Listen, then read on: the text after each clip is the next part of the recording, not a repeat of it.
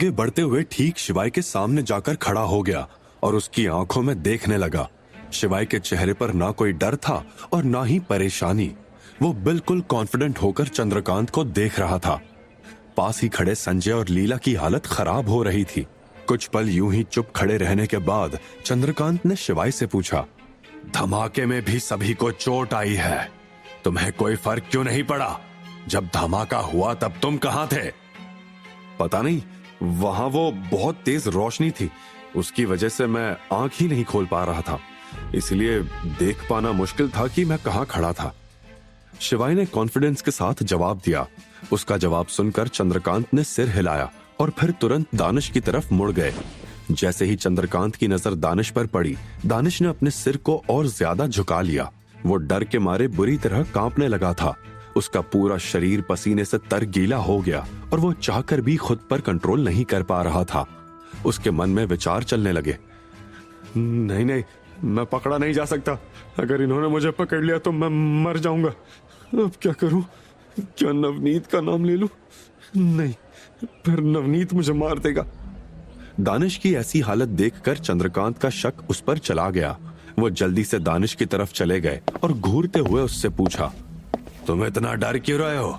और तुम्हारी हालत देखकर लग रहा है कि तुम्हें ही सबसे ज्यादा चोट आई है। ऐसा क्यों हुआ? धमाके के वक्त तुम कहां पर थे? दानिश का गला सूख गया। उसने जैसे ही अपने पास चंद्रकांत को खड़े महसूस किया, उसके हाथ पांव ढीले पड़ गए थे। उसके पैरों तले की जमीन हिलने लग गई और पूरा चेहरा पीला पड़ गया। दानिश इतना डर गया था कि वो एक शब्द भी नहीं बोल पा रहा था। चंद्रकांत का शक और भी गहरा होने लगा। उसने अपनी नजर दानिश पर से नहीं हटाई। दानिश बिल्कुल जड़ हो गया।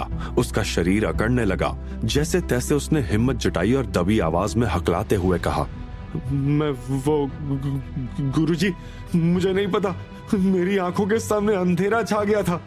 उसकी बात सुनकर चंद्रकांत ने अपनी रौबदार भारी आवाज में पूछा, ठीक है, लेकिन तुम्हें पता होगा कि ऐसा कौन कर सकता है। अगर तुम नाम बता देते हो तो मैं तुम्हें छोड़ दूंगा, वरना इस मामले में अब तुम ही दोषी बनोगे।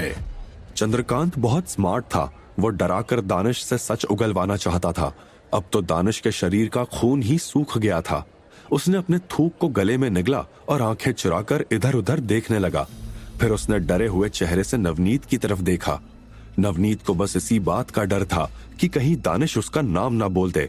जैसे ही दानिश की नजरें नवनीत पर ठहरी, उसका चेहरा लाल हो गया। तभी चंद्रकांत ने नवनीत को घूरा। नवनीत अब इस समय या तो मामले को संभाल